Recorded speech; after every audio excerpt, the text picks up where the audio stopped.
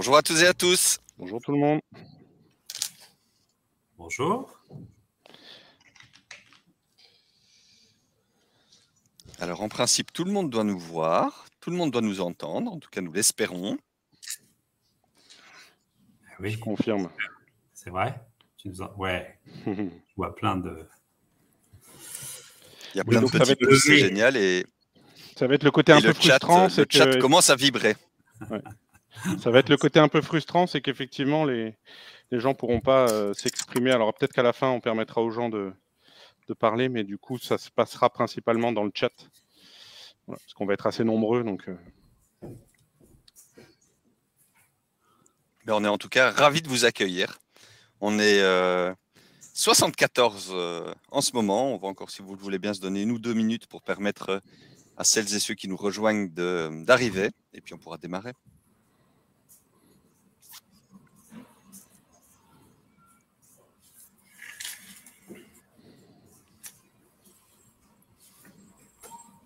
Ah, Sylvie.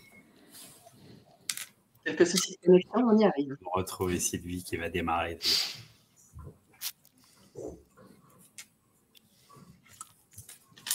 Nous sommes à 78. Et il y a beaucoup de messages dans le chat. Ça fait plaisir en tout cas de vous accueillir. Bonjour à toutes et à tous.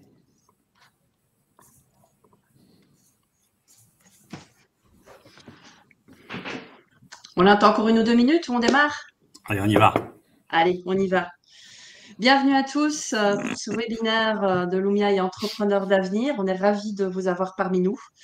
Alors, on va essayer d'être condensé, comme on aime faire, pour aller à l'essentiel. Avec aujourd'hui l'intervention de Christophe et de Romain. On aura aussi le témoignage de Célia et de Alain qui nous rejoindront à la fin du webinaire. On va prévoir un long temps d'échange également. On vous propose de mettre les questions que vous auriez au fur et à mesure dans le chat. Alors, on va répondre en direct là où les réponses sont évidentes. Et sinon, il y a évidemment un temps d'échange qui est prévu à la fin. On a prévu 15 minutes. Vous dire aussi qu'il n'y aura pas de prise de parole. On va faire tout par chat au niveau des questions, etc., pour que ce soit le plus fluide possible. Donc, n'hésitez pas à communiquer de cette manière-là, vu qu'on est nombreux aujourd'hui. Jacques, je te passe la parole pour introduire merci nos intervenants. Merci Sylvie. Bonjour à tout le monde, bonjour à toutes et tous. On est très heureux de vous retrouver, de vous rencontrer, pour ceux qu'on ne connaît pas. Alors moi, je suis le fondateur de pas mal de projets qui s'appellent l'Université de la Terre, le Parlement des entrepreneurs d'avenir. Plus récemment, on a lancé un projet qui s'appelle le Parlement des jeunes. Nous sommes une jeune entreprise à mission et voilà. Et pour ceux qui sont venus à ces différents événements, vous savez de quoi on parle. On parle de ces enjeux dont on va parler aujourd'hui, beaucoup sur le plan économique, mais pas que. Le Parlement des jeunes, ça parle de une nouvelle génération qui est très en attente aussi de progrès social, d'égalité et d'écologie. Voilà. Aujourd'hui, alors, bien évidemment, on va parler régénération, on va parler changement de modèle économique et on va parler leadership. En gros, c'est les 3 notions qui vont nous occuper ce matin. Il se trouve qu'avec l'équipe de Lumia, ça fait déjà quelques années qu'on se connaît, à peu près 2014-2015. Donc, on a un cheminement bien évidemment commun et on s'est dit il y a 3 ans que fallait unir nos efforts sur un challenge vertigineux, c'est dire il y a toute une génération de dirigeants, de managers, d'entrepreneurs qui n'ont pas été formés aux enjeux dont on va parler ce matin. Et donc, on s'est dit qu'il y avait un parcours à leur proposer, aux dirigeants, aux managers, pour nous amener à faire pivoter nos modèles économiques, nos managements au regard des urgences écologiques, des urgences sociales. Ce matin, bien évidemment, on ne va pas revenir sur les constats. Les constats, vous les connaissez, on les connaît, ils sont accablants sur le plan dérèglement, réchauffement, érosion, voire effondrement de la biodiversité, inégalité sociale. On est vraiment sur des enjeux clés aujourd'hui pour notre humanité et les démarches de conformité RSE, enfin moi personnellement que je vois depuis 15-20 ans, nous ont amené finalement pas très loin, c'est-à-dire voilà, ils ont d'une certaine manière échoué. C'est la politique des petits pas. Maintenant, on a la CSRD qui va arriver, qui est peut-être prometteuse en termes de reporting et de cadre, mais qui nous semble, enfin en tout cas moi, qui me semble largement insuffisant par rapport au challenge et aux enjeux qu'on a à relever. Alors, il ne s'agit plus de faire moins mal, mais il faut vraiment changer de moteur de l'économie, moteur de nos entreprises. Et nous, on pense qu'il y a une autre entreprise qui est possible, qui est souhaitable. Donc, dans un premier temps, je vous propose que on questionne Christophe Samples et Romain Cristofini. Vous verrez pourquoi. On reviendra sur le parcours objectif transition à la fin. Mais effectivement, Christophe et Romain vont présenter 2 piliers essentiels de notre démarche. Puis après, effectivement, comme le disait Sylvie, on aura un bref échange avec Célia Roussin et Alain Pajot qui, par ailleurs, sont passés par ce parcours cette année, l'ont fait, et ils vous donneront quelques éléments de retour, puisqu'ils ont une expérience maintenant avec nous. Alors, Christophe, je vous présente d'abord. Je ne sais pas si je pense que maintenant Christophe est assez connu de tous, enfin, tous ceux qui s'intéressent à ces enjeux. Christophe Samples, qui est docteur en sciences de gestion. Tu as été professeur à Schema, et on s'est rencontrés d'ailleurs à ce moment-là, à l'époque, chez Schema. Tu es enseignant-chercheur. Tu es bien évidemment le cofondateur de Lumia. Et tu en es aujourd'hui directeur général. Et Lumia a été lancé il y a quoi, 4 ans, 5 ans Il y a presque 4, oui. 4 ans, d'accord, 4 ans. Et Lumia est à la fois un centre de recherche, Action, consacré au modèle économique de la transformation socio-écologique radicale. Et Lumia est aussi un centre de formation professionnelle qui s'adresse vraiment aux professionnels, aux dirigeants et aux managers sur l'entreprise régénérative, on va en parler, et la soutenabilité des modèles économiques. Romain, on s'est rencontrés, tu quittais l'entreprise que tu avais créée en 2002. Tu as quitté cette entreprise de conseil en 2012. Tu sais ce que c'est que l'entreprise, tu sais ce que c'est que de diriger une entreprise. Et tu as quitté cette entreprise en 2012 parce que tu voulais te consacrer à ta propre reconnexion et renouer avec l'essentiel. Bien évidemment, tu es conférencier, tu es coach, tu as fondé Monastera, tu as fondé un réseau formidable qui s'appelle la Communauté des leaders éclairés. Tu as rejoint Lumia récemment et tu assures chez Lumia la partie vraiment leadership régénératif et tu t'occupes aussi du développement. Et par ailleurs, je vous conseille de lire le livre de Romain qui s'appelle L'intelligence spirituelle au cœur du leadership. C'est extrêmement enrichissant pour soi d'abord et pour les enjeux que nous voulons porter. Alors, Chris, je te pose la première question. Comment, qu'on soit dirigeant ou manager, comment on s'engage sur cette voie transformatrice, cette voie régénérative? Comment on adapte ou on change son modèle économique? Est-ce que c'est possible? On peut aujourd'hui penser, il y en a beaucoup qui pensent que ce n'est pas possible, qu'il faut continuer comme ça, qu'il faut faire mieux, mais sans changer les choses. Nous, on ne pense pas ça. Et je te laisse en quelques minutes nous dire pourquoi et comment. Merci beaucoup, Jacques. Merci. Très heureux de partager ce moment avec vous.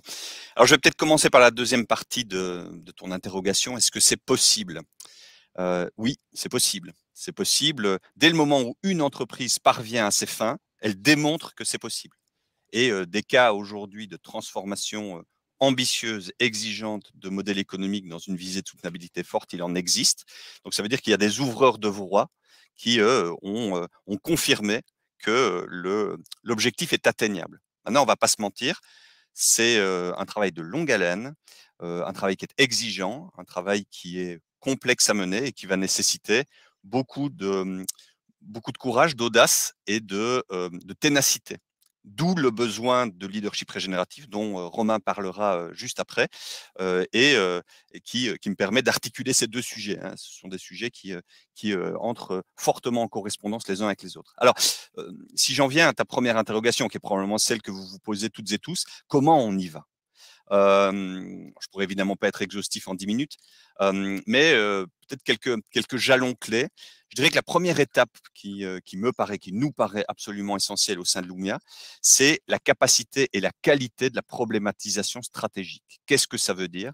Ça veut dire que toutes les entreprises aujourd'hui, elles se mobilisent autour d'un problème stratégique à résoudre, à adresser, à prendre en charge, a fortiori quand vous voulez intégrer les enjeux environnementaux, les enjeux sociaux, les enjeux de votre territoire ou de votre territoire au cœur de votre stratégie d'entreprise.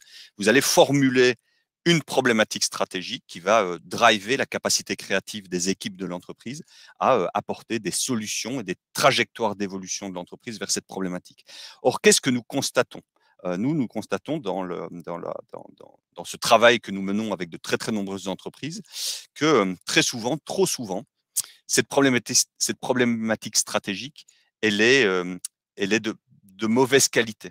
Je vous donne un exemple. Très souvent, en matière d'enjeux environnementaux, la problématique stratégique va se cantonner aux enjeux du climat, qui sont bien évidemment absolument essentiels à adresser, mais s'ils sont nécessaires, ils ne sont pas suffisants, car si on pose comme ambition stratégique de l'entreprise, par exemple, de décarboner son activité, eh bien, la réponse qui va très rapidement émerger, c'est la réponse technologique. Et quand on élargit un peu le champ, quand on essaye de dézoomer un petit peu et qu'on adresse la question de l'eau, la question de l'usage des sols, la question de la biodiversité que tu évoquais, Jacques, eh bien, on se rend compte que finalement, les solutions que nous mettons en œuvre peuvent s'apparenter davantage à du déplacement de problèmes qu'à une solution véritablement satisfaisante, non pas seulement sur la question du climat, mais sur les enjeux connexes que je viens d'évoquer. Et donc, ça veut dire quoi? Ça veut dire que pour correctement problématiser, il va falloir ouvrir le champ. Il va falloir ouvrir le champ et comprendre les écosystèmes desquels nous dépendons, sur lesquels nous agissons. Il va falloir comprendre et réapprendre les liens d'interdépendance que nous entretenons avec notre milieu écologique, avec notre milieu social. Et ça, c'est clairement une part importante du travail que nous mènerons au sein d'Objectif Transition, que de réinterroger le lien de l'entreprise, de votre entreprise, aux écosystèmes et aux parties prenantes desquelles vous dépendez tout entièrement et sur lesquelles vous agissez. Et ce faisant, vous allez pouvoir poser une problématique stratégique qui va être à la hauteur des défis auxquels nous sommes confrontés. Et ça me paraît être un enjeu absolument essentiel. Donc, ça veut dire en gros comprendre pour agir avec discernement et avec pertinence. Alors, une fois que ça c'est fait, vous arriverez avec des problématiques stratégiques qui seront solides, mais qui vont probablement créer chez vous, chez vos équipes, une forme de vide abyssal, parce que vous pourriez être pris par ce sentiment que la problématique est impossible à résoudre. Hein, je vous donne un exemple que j'ai longuement adressé dans d'autres contextes, hein, celui de la problématisation stratégique d'un fabricant de poids lourds, qui, il problématise sur la seule décarbonation de sa flotte, va aller vers l'électrification, vers l'hydrogénéisation, hein, réponse technologique. Et puis en fait, quand on ouvre le champ, on se rend compte que la seule problématique qui vaille aujourd'hui, c'est la réduction du nombre de camions et la réduction de la distance qu'ils parcourent. Et ça, bien évidemment, quand vous dites ça et que vous le projetez face au modèle économique de ce fabricant de camions, eh bien, vous ouvrez un vide abyssal, puisque aujourd'hui, sa vie, sa survie, son développement dépendent tout entièrement du nombre de camions qu'il va produire et mettre sur la route. Et au plus ces camions vont rouler, au plus ça va être rémunérateur pour l'entreprise. Donc, on voit qu'il y a une forme de sentiment d'incapacité à agir sur cette problématique. Et donc, heureusement, c'est là que nous allons intervenir, puisque on a développé des méthodes qui nous permettent d'identifier le champ des possibles, de développer des moyens d'action nouveaux pour agir dans un cadre résolument pertinent sur le plan des méthodes à adresser.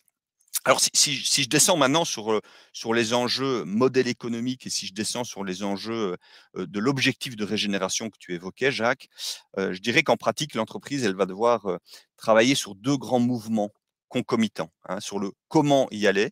On va devoir poursuivre de manière simultanée deux grands objectifs. Le premier objectif, c'est celui de la réduction des impacts négatifs de l'activité au seuil incompressible. Cette notion de seuil incompressible qui sera bien évidemment développée, c'est basiquement celles qui se font sur les prescrits de la science. Hein, si je vous donne la seule question du carbone, aujourd'hui, on sait que pour rester sur une trajectoire carbone qui nous mène dans un monde viable à terme, il faudrait réduire à horizon 2050 de 90% nos émissions de gaz à effet de serre en moyenne intersectorielle. Donc ce seuil incompressible, il est de 10%. 10% de ce que vous émettez aujourd'hui, ou plus exactement 10% de ce que vous émettiez en 2020. Alors, vous vous rendez bien compte que quand je dis ça, la hauteur de la marche, elle est très significative. Et que si tous les instruments qui sont à votre disposition dans le cadre de vos stratégies RSE, par exemple, que sont les instruments d'éco-conception, d'éco-efficience, de sobriété énergétique, de substitution de matériaux, de substitution de sources d'énergie vers les ENR, d'économie circulaire, de raccourcissement de supply chain, etc. Si tous ces éléments sont absolument indispensables, ils vont être insuffisants. Ils vont être insuffisants.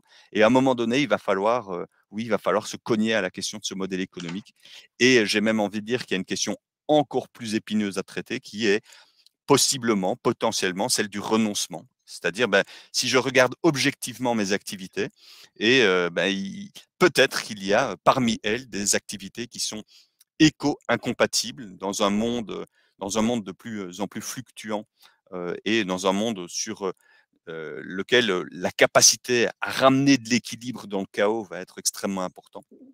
Et donc, voilà, on va travailler sur ces deux sujets, hein, modèle économique, renoncement. Et donc, bien évidemment, on a de nombreux appuis pour penser ces questions. Hein. On a des modèles serviciels, on a des modèles à impact, on a des modèles basse intensité matière, basse intensité énergie. Et donc, tous ces modèles, tous ces éléments qui vont étendre le champ des possibles, ils vous seront évidemment présentés, ils vous seront détaillés, avec de très nombreux exemples à l'appui. Hein. Revenons avec cette idée première que tu évoquais, Jacques. Est-ce que c'est possible? Oui, on vous montrera que c'est possible parce que d'autres l'ont fait avant vous. Et donc, voilà, ça, c'est un premier mouvement. Mais évidemment, ce mouvement, il ne suffit pas. Et c'est là qu'on va rentrer, j'ai envie de dire, dans le dur de la régénération, mais dans la magie, dans la beauté, j'ose même le mot d'émerveillant et de reconquête de l'espoir. Puisque aujourd'hui, si vous êtes familier avec les enjeux environnementaux, et si vous êtes en prise directe avec ces enjeux, peut-être que, comme beaucoup, vous souffrez d'une forme d'appréhension, voire pour certains désespoir, à dire mais de toute façon les jeux sont faits. Et la régénération nous semble ouvrir une fenêtre d'action qui non seulement redonne de l'espoir, mais également est porteuse d'enthousiasme. Alors, cette régénération, c'est quoi? La régénération, c'est, comme son nom le suggère, c'est la capacité d'un écosystème, la capacité d'une communauté humaine à se revitaliser, à réexprimer tout son potentiel en termes de fonction écologique, toutes ces capacités intrinsèques dont elle est naturellement porteuse, mais ces capacités, nous les avons très largement entravées dans la manière dont nous interagissons avec elle. Alors, je vais le dire d'emblée, la régénération est une propriété exclusive du vivant. Une technologie, ça ne se régénère pas. Une voiture, ça ne se régénère pas. Un pont, ça ne se régénère pas. Par contre, un écosystème forestier, ça peut se régénérer. Un écosystème aquatique, ça peut se régénérer. Un écosystème marin, ça peut se régénérer. Et de la même manière qu'une communauté humaine peut se revitaliser, retrouver du souffle, retrouver les conditions qui vont lui permettre d'exprimer leur potentiel. Et c'est précisément là-dessus qu'on va travailler. Alors, ça peut vous paraître très loin de votre activité aujourd'hui en vous disant, mais de quoi il nous parle? Rappelez-vous ce que j'ai dit en préalable. Dans le travail de compréhension de ce qui se joue, on va mieux comprendre les liens directs ou indirects que vous avez avec les écosystèmes. Puisque aujourd'hui, la vie est possible sur Terre grâce aux fonctions écologiques que nous rendent les écosystèmes. Et donc, si la vie est possible, l'existence de votre entreprise repose tout entièrement sur ces écosystèmes. Maintenant, vous en êtes peut-être coupés, ils sont peut-être très, très distants de vous. Et donc, ce mouvement de compréhension initiale que j'évoquais sur la problématisation stratégique, il va vous permettre de retisser, de recomprendre les liens que vous avez aux écosystèmes. Et ces liens sont constitutifs d'autant de moyens d'action nouveaux pour engager un travail de régénération. Alors, je vous donne quelques illustrations. Hein. Vous pouvez vous reconnecter au vivant par le sourcing. On travaille aujourd'hui sur des cas, par exemple, d'entreprises textiles qui cherchent à concevoir des vêtements ayant des qualités régénératives. Et c'est par le truchement du sourcing, par le truchement de l'approvisionnement que nous remontons la chaîne vers les écosystèmes agricoles, que nous mettons en œuvre des pratiques régénératives au sein de ces écosystèmes et qu'ensuite nous recascadons la transformation de ces matières premières pour in fine déboucher sur un produit textile, en repensant bien évidemment le modèle économique, non pas seulement à l'échelle de l'entreprise, mais de toute la filière, pour que le surcoût qui va être généré dans l'exploitation agricole ne soit pas exclusivement à la charge du consommateur final, ce qui serait évidemment un facteur d'échec ou en tout cas de non-inclusion sociale des offres ayant ces qualités, et ce qui ne serait pas acceptable sur un plan social. Donc voilà un exemple, il y en a énormément d'autres. Donc, on va partir à la découverte de ces mouvements. On va également pouvoir s'appuyer sur un ensemble d'outils, un ensemble de principes, hein, les principes que nous avons développés dans notre activité de recherche-action. Des principes. Alors, je vous en donne un en particulier, hein, il y en a 11. Aujourd'hui, nous avons construit nos modèles, nous avons construit nos sociétés. Vous avez probablement construit vos entreprises sur une logique de performance et d'optimisation. Et cette logique, elle fonctionne extrêmement bien dans un monde stable. Elle fonctionne bien dans un monde stable où les conditions de l'environnement de demain sont largement conditionnées par les conditions d'hier. Malheureusement, cette stabilité, elle va être de moins en moins présente. On va de plus en plus rentrer dans une forme d'instabilité, de fluctuation. Certains parlent même de chaos. Et donc, ça veut dire quoi? Ça veut dire que si l'optimisation, elle fonctionne dans la stabilité, elle devient une source de vulnérabilité extrêmement grande dans la fluctuation. Et on va plutôt essayer de piloter par la robustesse, la capacité à rendre les choses plus robustes. Je vous donne là aussi un exemple. On travaille aujourd'hui avec des entreprises issues du domaine alimentaire. Aujourd'hui, il y a certaines filières alimentaires qui sont purement et simplement menacées. Ça veut dire que la question n'est plus de chercher à optimiser le rendement agricole de la production de ces denrées, mais la question, c'est véritablement celle de la survie de certains types de production dans un environnement qui est en train de changer, notamment en raison du réchauffement climatique, notamment en raison de la raréfaction de la ressource en eau, dont l'agriculture a tout entièrement besoin. Et donc, la question n'est plus de se dire, mais on va continuer à pousser sur la logique de renforcement des rendements agricoles. Non, on va peut-être potentiellement accepter de réduire les rendements de 10-15%, mais pour travailler désormais la question de la robustesse de ces cultures, la question de la résilience de ces cultures.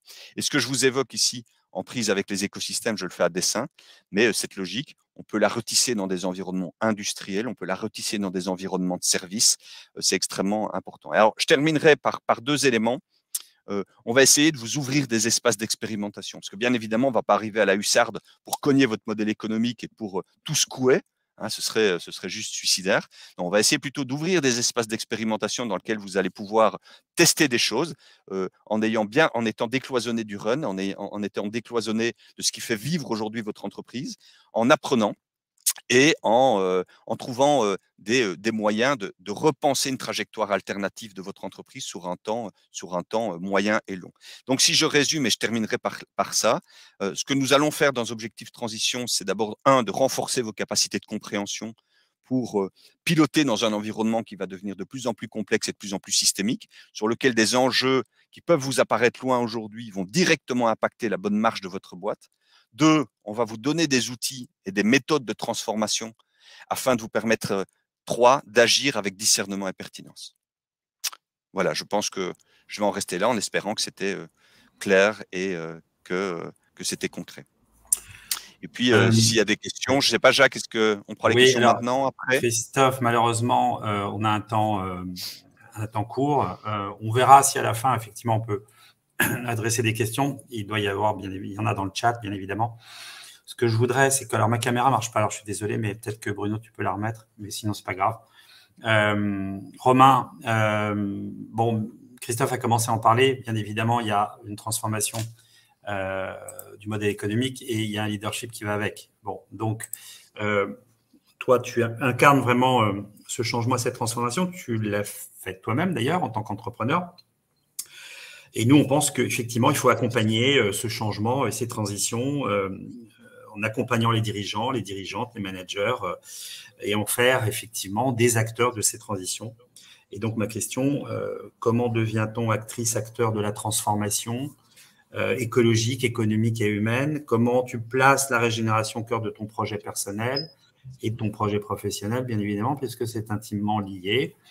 Ce qui d'ailleurs est un problème pour notre économie, c'est que nos dirigeants, nos dirigeantes ont découplé leur propre progrès individuel et personnel de leur progrès professionnel, leur projet professionnel. Romain, à toi, 10 minutes à peine. Très bien, allons-y pour 10 minutes. Bonjour à toutes et à tous. C'est vrai que c'est essentiel, je crois, de prendre conscience que dans ce paradigme régénératif dont Christophe vient de brosser un peu le panorama, il y a quelque chose qui ne peut pas faire l'impasse sur une évolution personnelle, intime, évidemment ensuite professionnelle, de ceux et de celles qui ont le désir de mettre en œuvre ce paradigme-là. Et c'est déjà important de se le dire, que, au fond, si on regarde ce paradigme régénératif sur un plan humain, sur ce que ça vient chercher en nous, une des définitions qu'on utilise sur le régénératif, c'est de remettre la vie au cœur de chacune de nos décisions et chacune de nos actions. Et faire ça, on ne l'a pas appris. Faire ça, on ne l'a pas appris pour soi. On ne l'a pas encore moins appris en tant que dirigeant. Et donc, c'est vraiment important, et c'est pour ça que pour nous, c'est essentiel, en fait, de façon simultanée, de façon indissociable, à la fois d'apprendre le comment on va opérer cette transformation pour son entreprise, mais aussi de se poser la question de à partir de quel endroit, nous, les hommes et les femmes de l'entreprise, nous allons opérer, nous allons prendre nos décisions. Et donc, c'est vraiment ça. Alors, si on fait l'impasse sur ce travail, qui est donc du coup un travail de nature personnelle, on parle, nous, de leadership régénératif, c'est un leadership qui va inviter, au fond, à questionner la chose qui serait l'angle mort et qui a été probablement l'angle mort de la RSE et qui a expliqué qu'à un moment donné, la RSE a touché sa limite, on va dire la RSE traditionnelle, et qu'on a pu dire qu'elle n'est pas incarnée, c'est que l'angle mort, c'est de se poser la question, en termes de régénération, c'est la question de la vie qui circule en moi. Donc, de tourner dans un premier temps la caméra à l'intérieur de moi, c'est-à-dire avant de régénérer autour de moi et de faire de mon entreprise un acteur de la régénération, est-ce que je n'ai pas une première étape qui consiste à aller regarder en moi comment la vie circule ou ne circule pas peut-être pleinement?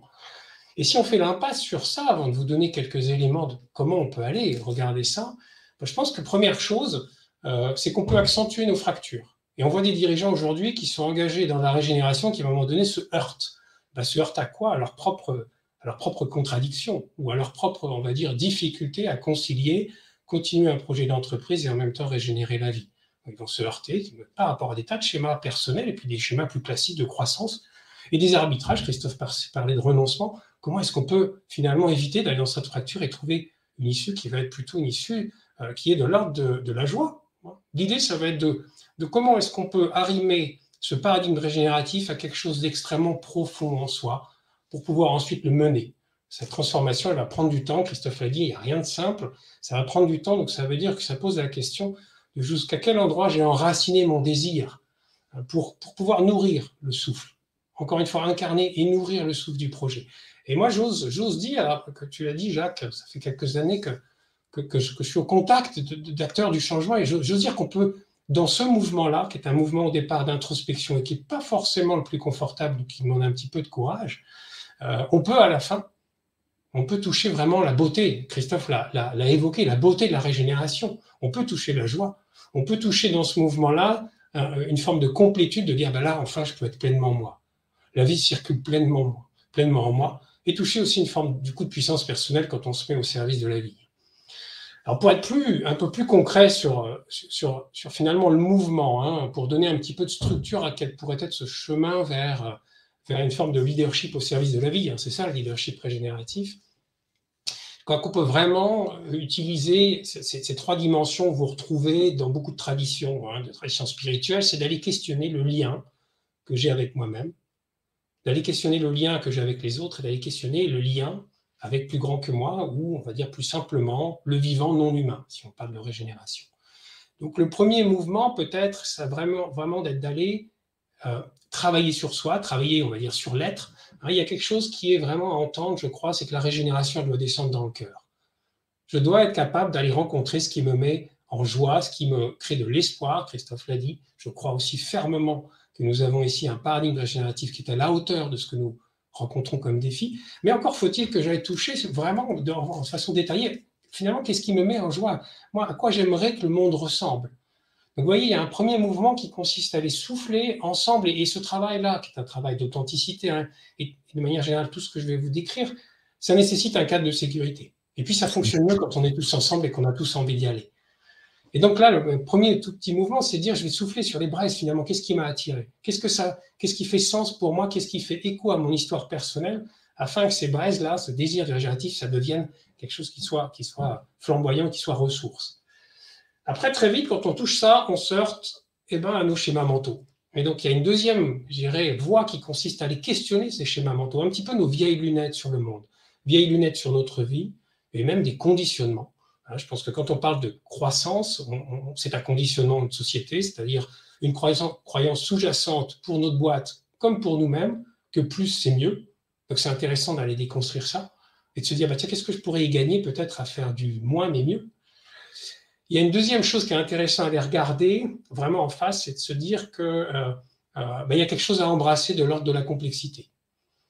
Aujourd'hui, nous avons hérité d'une pensée scientifique, nous avons hérité d'une pensée rationnelle. Cette pensée rationnelle, elle nous invite à fragmenter, à découper. Elle nous invite aussi, du coup, à réduire, à beaucoup simplifier, ce qui explique, en partie, qu'on s'est engouffré à 200 à l'heure vers le carbone, en négligeant, ça commence à bouger un petit peu, mais par exemple, la biodiversité. Donc, comment est-ce qu'on embrasse la complexité, cette incertitude, l'absence du fait qu'on va contrôler tout? Dans les projets régénératifs, ce qui est important de comprendre, je crois, c'est que le vivant va se mettre au service du projet. La puissance du vivant va se mettre au service des idées initiales que vous allez insuffler avec votre équipe ou avec votre boîte. Mais si je suis dans le contrôle, si je suis dans finalement la gestion d'un projet avec un ROI et des étapes bien cadencées, je vais finalement fonctionner un peu à l'ancienne et me priver de tout ce que la vie, de manière générale, va faire émerger. Alors il y a la puissance du vivant, mais il y a tout ce que des nouvelles alliances avec des nouvelles parties prenantes vont par exemple faire émerger. Et donc si je suis évidemment bloqué dans mes mécanismes, on va dire simplificateurs ou de contrôle, je vais passer à côté de ça. Donc embrasser la complexité. Et puis de façon encore plus intime, là où ça vient nous chercher, cette histoire de régénération, c'est que ça vient nous chercher dans nos peurs. Si on est clair, si on se parle pour nous tous qui avons un chemin professionnel, on a forcément un attachement aussi à nos identités professionnelles. On a sans savoir intégrer des scénarios de vie qui consistent peut-être à réussir de telle ou telle façon. Et puis, sur le régénératif, on peut avoir une peur légitime aussi qui est une peur de est-ce que ça va marcher? Est-ce que j'embarque ma boîte dans une direction ou mon projet dans une direction qui est viable? D'une certaine façon, toutes ces peurs, elles sont liées à l'ego. Et donc, ça va être très intéressant d'aller regarder premièrement ce que c'est que l'ego, mais surtout de voir dans quelle mesure cet ego, parfois, il prend la place et il nous emmène dans des choses qui ne sont pas des schémas d'accomplissement de l'être. Donc, vous voyez, quelque chose qui permet de se dire aussi, je vais pouvoir avancer en confiance dans cette régénération. Donc, vous voyez, il y a tout un premier pan, je vais finir bientôt, mais il y a tout un premier pan qui vraiment relève de soi, avec l'aide d'un collectif. Parce qu'évidemment, la rencontre d'un collectif, des différences avec l'autre va permettre aussi d'affiner sa compréhension de soi et d'affirmer quelque part son engagement, son enracinement. Le deuxième mouvement, en fait, il va nous amener progressivement vers l'action, c'est de dire, OK, si vraiment ce paradigme, je l'ai dans le cœur, cette régénération, comment est-ce que je peux embarquer un collectif? Parce que je ne vais pas le faire tout seul. On constate beaucoup avec les dirigeants qui font la Convention des entreprises pour le climat. Très, très vite, la question, c'est comment j'embarque mon équipe de direction, parce qu'on ne peut pas incarner tout seul, on ne peut pas évidemment faire tout seul. Et donc, il y a l'idée de se dire, la régénération, elle commence dès la première réunion, dès la première rencontre où vous allez commencer à en parler en interne. Parce qu'à ce moment-là, déjà, vous avez la possibilité de vivre quelque chose de différent. Donc, elle va se vivre dans les petits pas, dans les premières choses, la façon dont on va en parler, la façon dont on va embarquer un collectif, les processus peut-être de décision, d'intelligence collective, de reconnexion à soi, d'écoute des émotions, d'intégration du non-humain dans nos processus de décision. Oui, il y a tout un ensemble de choses qui vraiment sont dans cette deuxième dimension de comment je renouvelle mon lien à l'autre, au fond.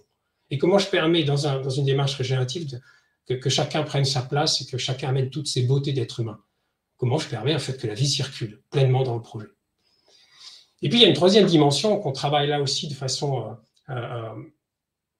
quasi, indissociable. Parce que là aussi, ça serait hors sol de ne pas le faire. La troisième dimension, c'est d'aller questionner le lien que j'entretiens avec le non-humain, avec la nature. Et de se poser la question de, finalement, si je veux régénérer les écosystèmes, est-ce que je vais les régénérer avec une vision mécaniste, avec une vision méthodologique, scientifique, rigoureuse? Il va avoir besoin de science, bien sûr. Mais est-ce que j'ai revisité le lien que j'ai avec les autres espèces? Est-ce que je suis en capacité, pour ça on s'appuie notamment sur les sagesses des peuples premiers, parce que ces peuples-là, ce qu'on appelle les peuples indigènes, ils ont gardé cette évidence que nous sommes totalement interdépendants du vivant et que nous sommes le vivant, que nous sommes nature, nous ne sommes pas à côté, nous ne sommes pas au-dessus. Et donc comment est-ce que aussi on peut finalement aller enraciner cet engagement sur un lien qu'on a revisité? On parle beaucoup de territoire dans le régénératif. Comment vous êtes dans votre territoire? Comment vous connaissez votre écosystème? Est-ce que vous rencontrez la forêt dans laquelle vous avez l'habitude de vous balader ou est-ce que c'est juste un décor?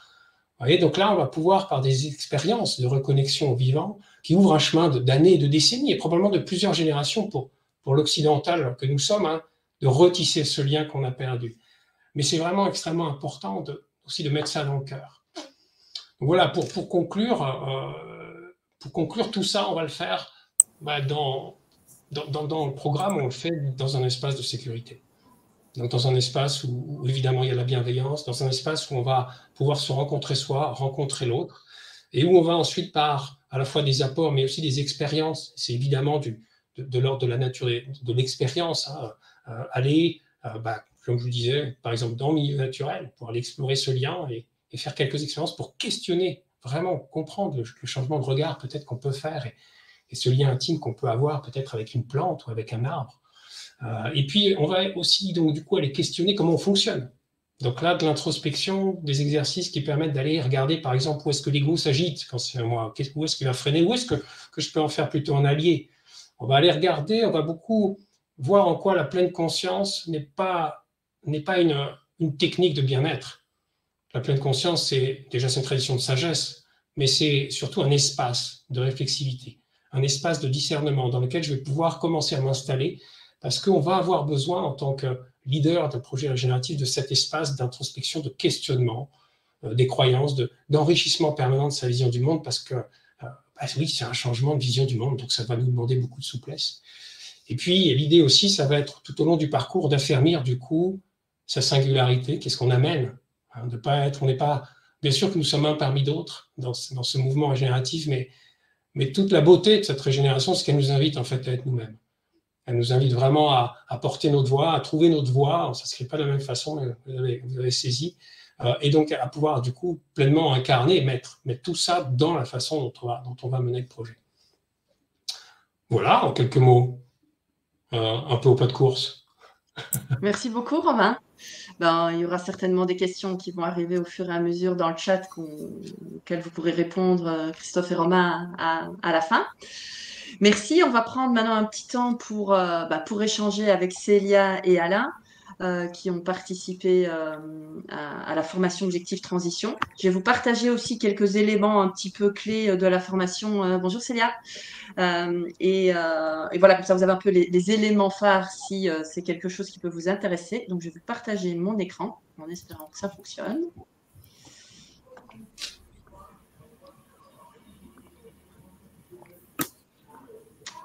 Voilà, donc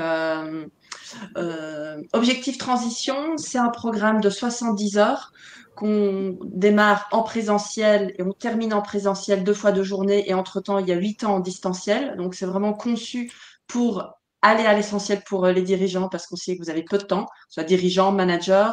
Ça s'adresse à des ETI, à des grands groupes, à des PME. C'est des décideurs qui ont envie d'y aller, qui ont compris qu'on ne peut pas continuer comme on le fait aujourd'hui dans le business as usual. Donc, c'est des gens souvent qui se disent on a envie d'y aller, mais on ne sait pas par quel bout. Les motivations sont souvent différentes, on le voit dans les types de participants. 70 heures, 11 intervenants. Donc, on a vraiment été chercher des personnes qui ont à la fois cette expertise, à la fois cette analyse de là où ça se joue et en même temps qui peuvent apporter des solutions. Donc, on est très orienté vers la stratégie, le plan stratégique régénératif de l'entreprise.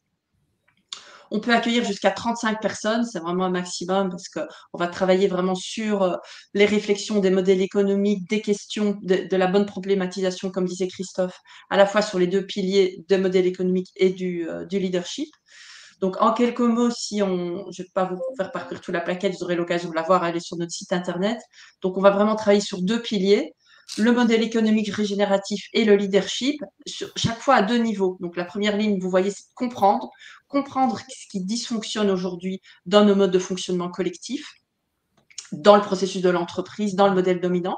Tout n'est pas acheté, évidemment, mais c'est pas toujours là où on met le coup de projecteur ou là où on a les indicateurs clés dans l'entreprise que se trouvent les pépites du régénératif. Donc, c'est important de comprendre avec finesse comment on fonctionne aujourd'hui, nos dysfonctionnements des marchés ou dans l'entreprise, de nos relations également avec nos parties prenantes, pour aller vers les solutions pour pouvoir agir. Et donc là, on va être orienté très concrètement aussi, comment on fait concrètement.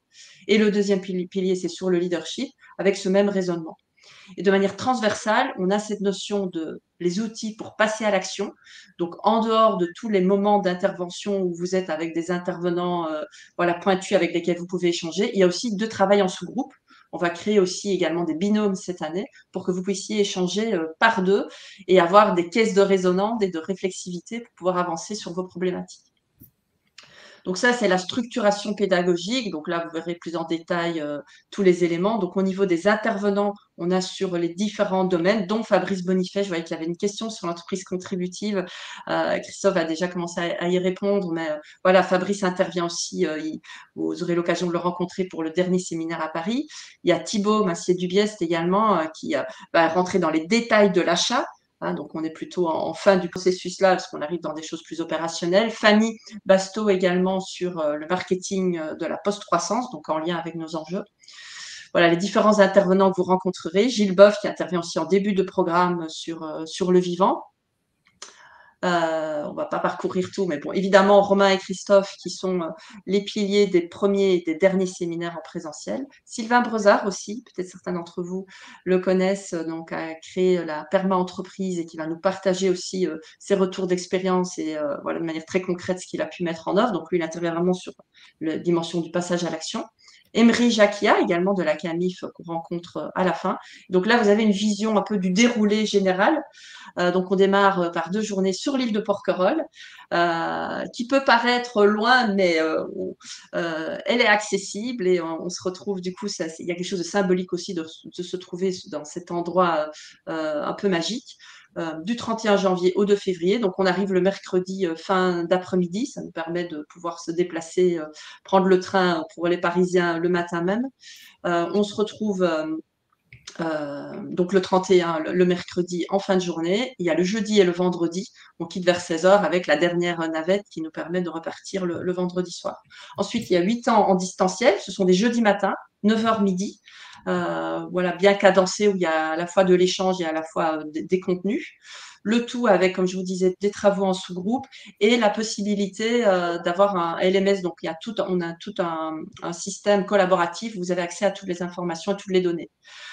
Il y a la possibilité, on ne l'impose pas, mais c'est un bon moment de se retrouver tous le 15 mai. Donc l'année prochaine, ce sera le 15 mai 2024. On se retrouve toute la communauté qui sont dans le régénératif à Lumia, à Mont-Sartoux. On est situé entre Cannes et Grasse dans le sud de la France. Et là, on retrouve tous les acteurs qui sont sur le régénératif dans tous les écosystèmes. On l'a organisé pour la première fois cette année, les premières rencontres. C'est un moment très fort. Voilà, donc on propose, et à ce moment-là, le lendemain, il y a aussi un temps distanciel, et on termine par 2 journées à Paris les 4 et 5 juillet. Au niveau des modalités, donc vous retrouvez tout sur la plaquette ici. Donc il y a un tarif en fonction de la taille de l'entreprise. Et ce qu'on vous propose pour tous les participants là, du webinaire et pour pouvoir voilà, vous engager, prendre la décision, parce que c'est toujours un processus de se dire est-ce que je vais prendre 70 heures. Par rapport au tarif là que vous voyez là, on vous propose 20% pour tous les early birds, donc tous les personnes qui s'inscrivent avant la fin du mois, donc avant le 30 octobre. Voilà, en même temps, nous, ça nous permet de voir avec qui on va pouvoir embarquer, parce que ce n'est pas toujours des processus de décision importants, mais nous, on est convaincus que c'est par la formation des dirigeants que les choses vont pouvoir bouger dans toutes les dimensions, comme on le disait. Donc là, on va un petit peu échanger avec Célia et Alain, là, qui nous ont rejoints. Bonjour à vous deux. Célia, tout d'abord, merci d'être là, de prendre un peu de ton temps précieux. Est-ce que tu peux nous dire en quelques mots en quoi ça nourrit ta réflexion stratégique au niveau de ton modèle économique et peut-être dans un deuxième temps pour toi en tant que personne? Voilà, en quoi ça nourrit tes réflexions de manière générale et d'un point de vue stratégique? Absolument, merci Sylvie, bonjour à tous. C'est un immense plaisir d'être avec vous parce que ça vient remettre toute cette énergie et cette connexion que j'ai vécue pendant 6 mois auprès des équipes de Lumia et d'entrepreneurs d'avenir. Et je peux vous dire que ça a été transformationnel, j'en ai beaucoup parlé autour de moi et je sais que ça marque le début d'un chemin. Alors ça a été une étape très importante de transition parce qu'en fait, j'ai monté mon entreprise à partir de janvier, quand j'ai commencé Lumia après 12 ans en corporate dans une boîte du CAC 40. Et ça m'a permis de définir un modèle que j'applique sur mon entreprise Fépi Trésor. Et de ce point de vue-là, c'est absolument nécessaire parce que je n'avais pas le bon proxy. En fait, j'avais un proxy différent. un proxy qui est aujourd'hui dominant sur comment gérer une entreprise, quelle est sa place, son rapport au vivant, et puis un proxy aussi différent sur le leadership. Et ça m'a permis de m'inscrire dans un mouvement régénératif, de savoir pourquoi je faisais cette boîte, comment j'allais le faire, me donner beaucoup d'aide, de courage, je crois, avec le collectif. Alors, pour vous donner quelques éléments, pourquoi j'ai fait Lumia, j'avais fait 4 ans en autodidacte sur le sujet. Ensuite, j'ai fait la formation à Cambridge qui était assez fonctionnelle, on va dire, mais je trouvais que je n'étais pas encore assez outillée. Je n'avais pas réussi à craquer une voie pour y arriver. Et c'est une CSO qui m'a conseillé Lumia. J'y suis allée. Et ce que j'en retire, c'est que c'est possible, qu'il y a un nouveau modèle qui est possible, qu'il y a un nouveau leadership qui est possible, que ça va nous permettre d'avancer, d'essayer de passer cette décennie décisive et de pouvoir aussi prendre beaucoup de joie dans cette transformation qui n'est pas facile. C'est dur. C'est dur d'entreprendre, c'est dur de transformer nos organisations. On peut le faire qu'avec le collectif. Je crois que Romain, tu l'as dit très bien, c'est impossible d'y arriver seul. Et le souffle, on le trouve aussi à l'intérieur de soi, mais aussi avec les autres. Et moi, je suis très reconnaissante d'avoir trouvé cette voie-là. Aujourd'hui, je me sens outillée. En fait, j'ai posé la problématique régénérative avec de la boîte, donc de Pépites Raisin, pendant le parcours apprenant de Lumia. On l'a fait en binôme avec un alumni. C'était extrêmement enrichissant. Ça m'a permis de poser en moins de 3 mois la mission pour ma boîte, qui est déterminante sur le chemin qu'on lui donnait, mais aussi les valeurs, ce qu'on appelle les valeurs, mais en fait, vraiment une boussole pour pouvoir avancer. Et puis, je regarde le monde économique de façon très différente dans sa complexité, avec aussi mes propres contradictions, en sachant ce que je veux en faire. Donc voilà, la notion de sous-performance, de sous-optimale que Christophe mentionnait, j'ai mis beaucoup de temps à comprendre parce que c'est des nouveaux concepts. Et en fait, aujourd'hui, elle m'est également très importante dans ma façon de réfléchir à mon écosystème, notamment pour mon métier de circularité végétale. Donc, si je devais résumer, je me sens outillée, vraiment avec une capacité à comprendre le monde de façon écosystémique et pas que d'un point de vue carbone. Et j'étais venue avec cette compréhension-là des enjeux RSE. Donc là, j'ai shifté. Et puis, je me sens outillée humainement par mon souffle et par les gens qui m'entourent. Voilà. Et du coup, si tu te disais que tu en parles autour de toi, pourquoi tu la recommanderais en fait, si tu devais la recommander aux personnes qui sont là ou aux dirigeants qui sont à tes côtés, même si bien sûr, le chemin il se termine pas en 6 mois, bien sûr, on l'a vu, les enjeux ils sont stratégiques, donc on met pas en œuvre des stratégies en 6 mois et on n'est pas quelqu'un d'autre en 6 mois, mais c'est un chemin sur lequel on a des jalons et puis une feuille de route, une boussole.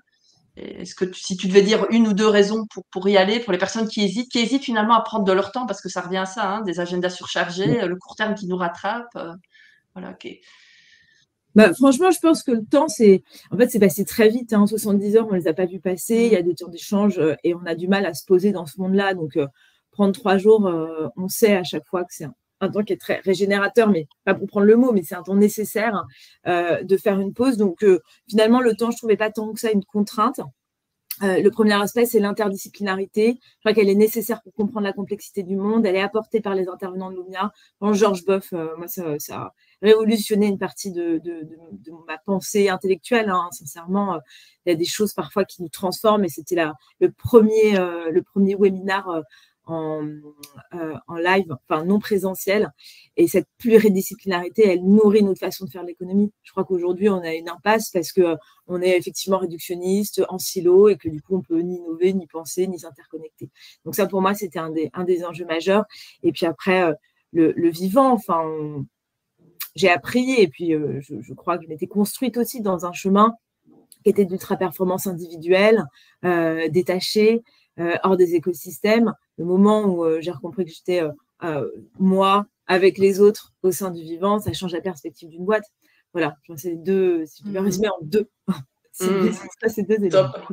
Super, merci Célia. Si tu as encore un peu de temps pour rester, si jamais il y a des questions à la fin pour toi aussi. Merci beaucoup. Bonjour Alain qui est le dirigeant de Concept Expo, qui est belge comme Christophe et moi, vous allez le reconnaître à nos accents. Alain, est-ce que tu pourrais nous dire en quelques mots toi aussi ce qui a nourri dans ta réflexion stratégique sur ton modèle économique et puis peut-être en deux, plus en tant que personne, en tant que dirigeant? Merci Sylvie, bonjour à toutes et tous. Et effectivement, comme Célia, ça me fait très chaud au cœur de vous revoir et de me replonger dans ces 6 mois. Donc moi, je suis dirigeant d'entreprise en Belgique qui a une 30aine d'années d'existence, donc qui existe depuis pas mal de temps. En ce qui me concerne, le premier point pour moi, ça a été en tout cas à partir de mon point de départ, un fort exercice de prise de conscience des enjeux. Donc, je me suis plongé dans le donuts, dans les limites planétaires, dans les impacts du modèle actuel et parfois dans la difficulté d'accepter, de comprendre. Donc, je suis passé par cette phase d'intégration réellement des enjeux et de la situation dans laquelle on se trouvait. C'était quelque chose que je n'avais pas fait avant. Et donc, ça a été extrêmement remuant pour moi de rentrer dans ce côté descendant du U. Ça, c'est la première partie, donc, et c'était très éclairant pour moi. Et de comprendre en fait que le trio économie, sociale, écologie va du plus petit au plus grand. Ça, c'est pour moi ça a l'air simple comme ça, mais quand on voit l'aspect systémique des choses, c'est extrêmement éclairant. Donc ça, c'est pour moi le premier enseignement. Le deuxième enseignement, c'est effectivement de découvrir qu'il y a des modèles alternatifs qui permettent de réduire les impacts certainement, mais qui permettent de régénérer le vivant. C'était extrêmement concret ce que Christophe nous a amené en parlant concrètement de c'est quoi les portes d'entrée possibles, c'est quoi les piliers qui font qu'une entreprise peut changer son modèle économique. Et j'ai eu la chance de réfléchir concrètement, grâce au carnet de trajectoire et aux travaux qu'on a pu faire ensemble, au cas de mon entreprise. Et donc de poser concrètement la question, c'est quoi les impacts de mon modèle actuel, c'est quoi mes parties prenantes, c'est quoi les enjeux que nous avons aujourd'hui dans l'entreprise pour travailler concrètement sur la compréhension de ces enjeux et les premières pistes et portes d'entrée pour essayer de craquer le modèle. Et je reparlerai après sur évidemment l'aspect long terme de cette démarche. Donc ça, c'est pour moi le premier point sur l'aspect modèle économique impact. Deuxième point qui concerne le leader et le collectif. J'étais moi déjà dans une démarche de transformation managériale et donc j'ai compris encore plus l'importance de la posture du leader dans cette transformation et cette transition majeure. Effectivement, du travail sur soi, du travail avec les autres et de cette notion de pouvoir lâcher prise et de sortir du contrôle. Et donc du côté indispensable de cette démarche en parallèle au travail sur le modèle économique, l'un ne va pas sans l'autre. Et la gouvernance qu'on peut mettre en place dans l'entreprise et le changement de gouvernance sont aussi des éléments extrêmement importants pour créer des contextes qui permettent d'emmener les collectifs pour changer la dynamique des projets. Et donc, pour moi, ça a été aussi extrêmement éclairant de pouvoir prendre conscience et surtout agir dans la combinaison des deux axes, en fait. Et dernier point peut-être, ce qui est toujours extrêmement fort dans ce genre de moment, c'est qu'on est avec des pairs, on crée des connexions, des liens, des coopérations qui nous permettent réellement d'avancer ensemble, de partager nos problématiques. Et c'est ce qui nous rend encore plus fort après quand on veut avancer sur la transformation de nos modèles. Merci. Et du coup, Alain, en un mot, ou les deux raisons pour lesquelles tu penses qu'un dirigeant aujourd'hui ou un manager doit prendre le temps de faire un pas de côté pour en même temps voilà, continuer le business, mais de se former, de s'outiller. Quelle serait pour toi la raison? Ouais. Je crois qu'il y a pas photo sur le fait que si on veut avancer, échanger, on doit prendre du temps, et notamment du temps pour soi. Et ce temps qu'on consacre à la prise de conscience et à la mise en mouvement, c'est quelque chose de tout à fait majeur si on veut agir et si on veut emmener des collectifs.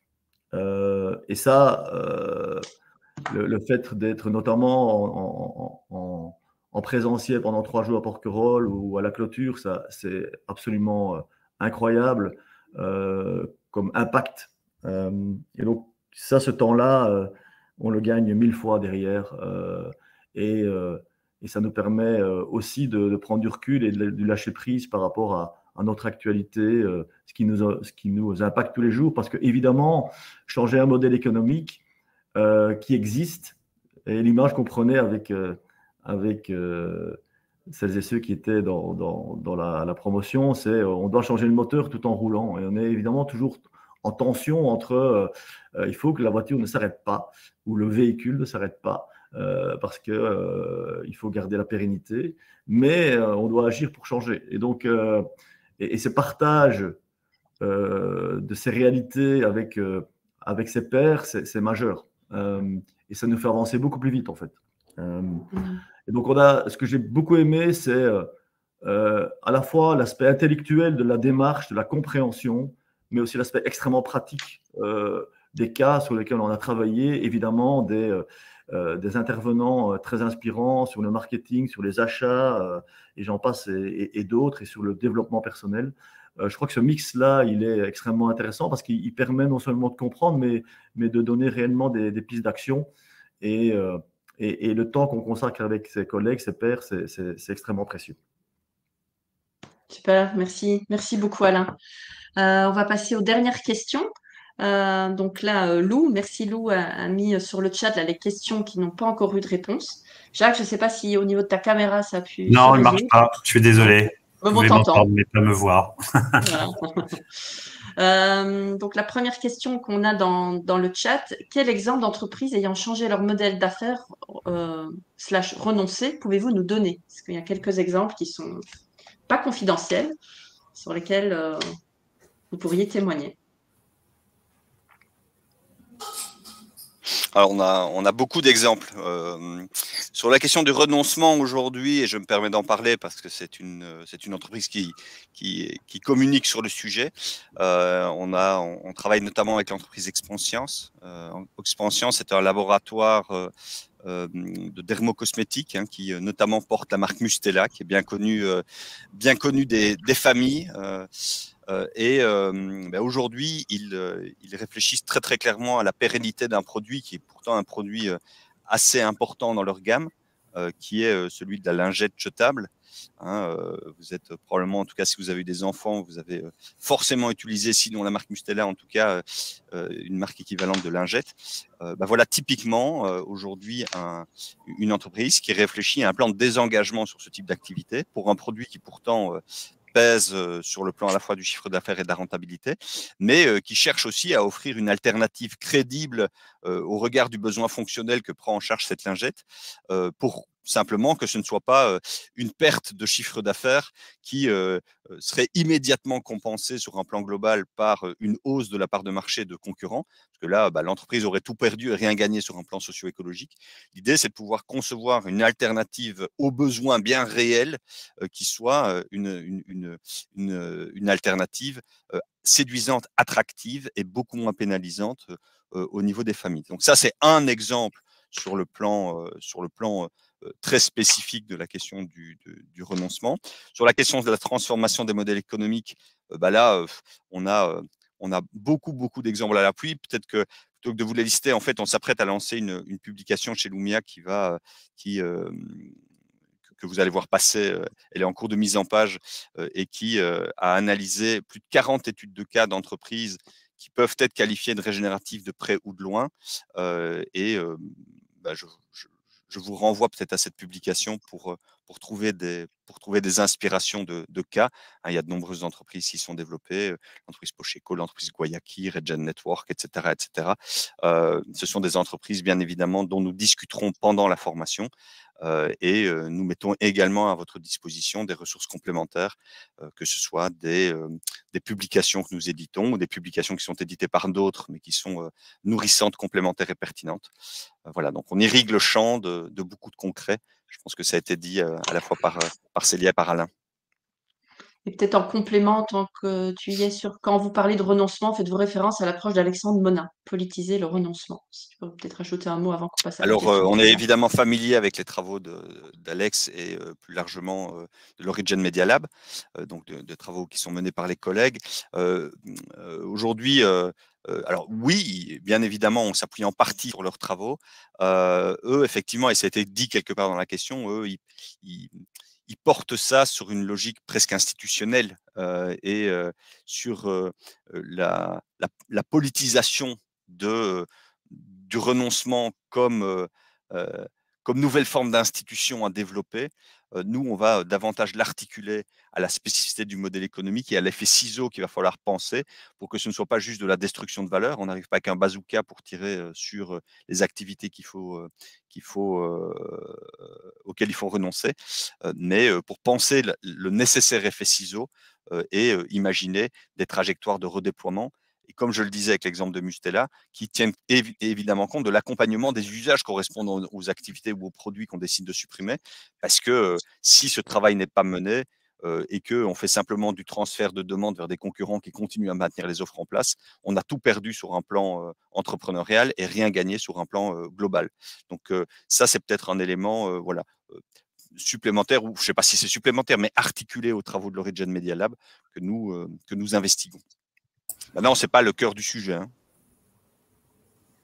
Sylvie, je voudrais répondre à la question d'Anaïs, question très intéressante. En tant que salarié, comment insuffler le mouvement et embarquer le dirigeant et le reste de l'entreprise? Alors, je voudrais vous donner un cas. En 2023, on a une équipe qui est venue avec le président, le DG et une coéquipière, une salariée.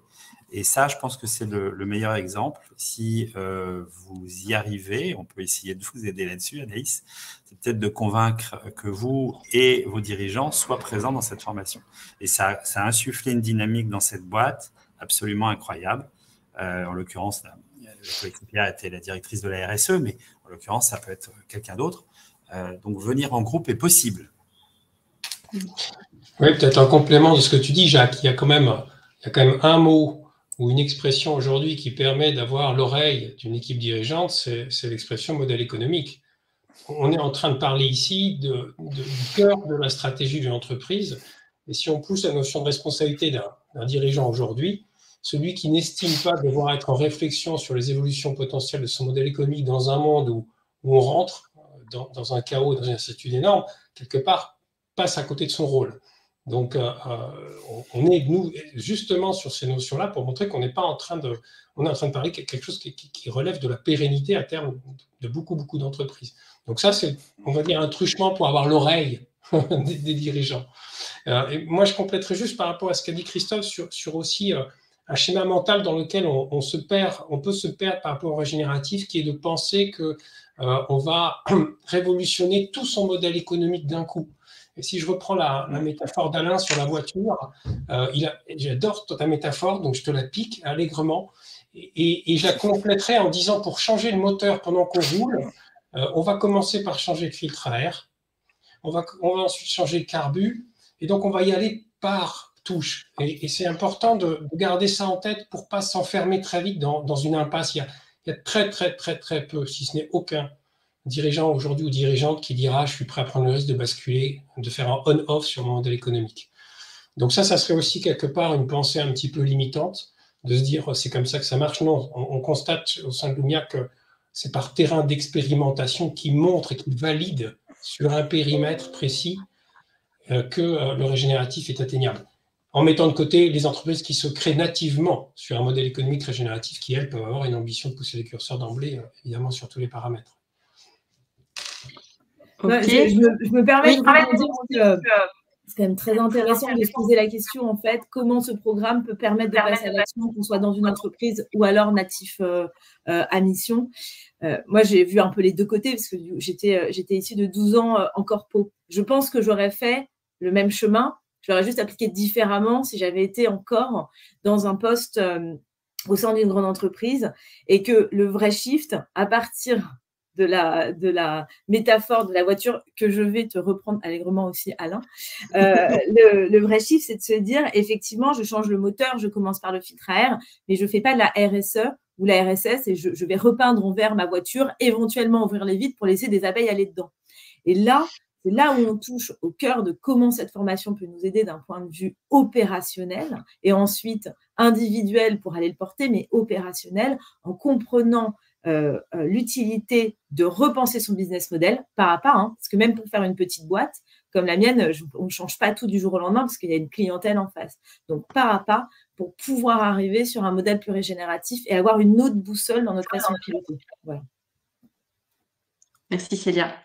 Alors, il y a plusieurs questions autour de mesurer l'impact positif écosystémique régénératif, comment on mesure sur les autres aspects, notamment sur la biodiversité. Il y a une question aussi un peu plus bas qui revient par rapport à ces dimensions de mesure. Donc ça, c'est une des briques qu'on va voir durant la formation. Comment on mesure, où en est la législation aujourd'hui aussi par rapport aux contraintes qui vont être grandissantes, hein. Et en même temps, comment on pilote par rapport à une stratégie, sur quel élément, parce qu'on peut se perdre aussi dans les indicateurs, hein, on peut le voir dans certains grands groupes, on peut passer son temps à mesurer les indicateurs, et parfois quand on a trop d'indicateurs, est-ce qu'on mesure là où ça se joue vraiment? On revient avec la problématique de départ, on revient avec les écosystèmes avec lesquels on est les plus liés. Donc là, on va voir durant la formation comment on se penche sur les bons indicateurs, parce que un indicateur ne devient pas une fin en soi, mais un moyen pour atteindre une intention qui est au niveau du modèle économique et des différentes dimensions de l'entreprise. Je ne sais pas si un de vous souhaite rajouter quelque chose par rapport à ça. Et voilà, c'est une des briques qu'on abordera. Alors, dans les autres questions, on va essayer de pouvoir finir d'ici midi quart au plus tard. Une question de Dominique, et du coup, on reste sur la voiture. Est-ce qu'il ne s'agit pas plutôt de construire un autre moteur? Alors voilà, on a invité à brainstormer sur la… Dominique, je lisais ta question, Dominique, et j'adore. Et ça me fait penser à tout un concept qui parle du vaisseau de Vasco de Gama, qui a tellement fait le tour du monde qu'à l'arrivée, il n'y avait plus une seule planche d'origine. Mais c'était toujours le bateau de Vasco de Gama. Et donc, peut-être qu'on peut raisonner comme ça.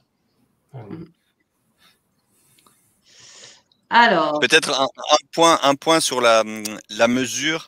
On va à la fois, on va bien évidemment répondre à ce besoin essentiel de pouvoir mettre en place un ensemble d'indicateurs.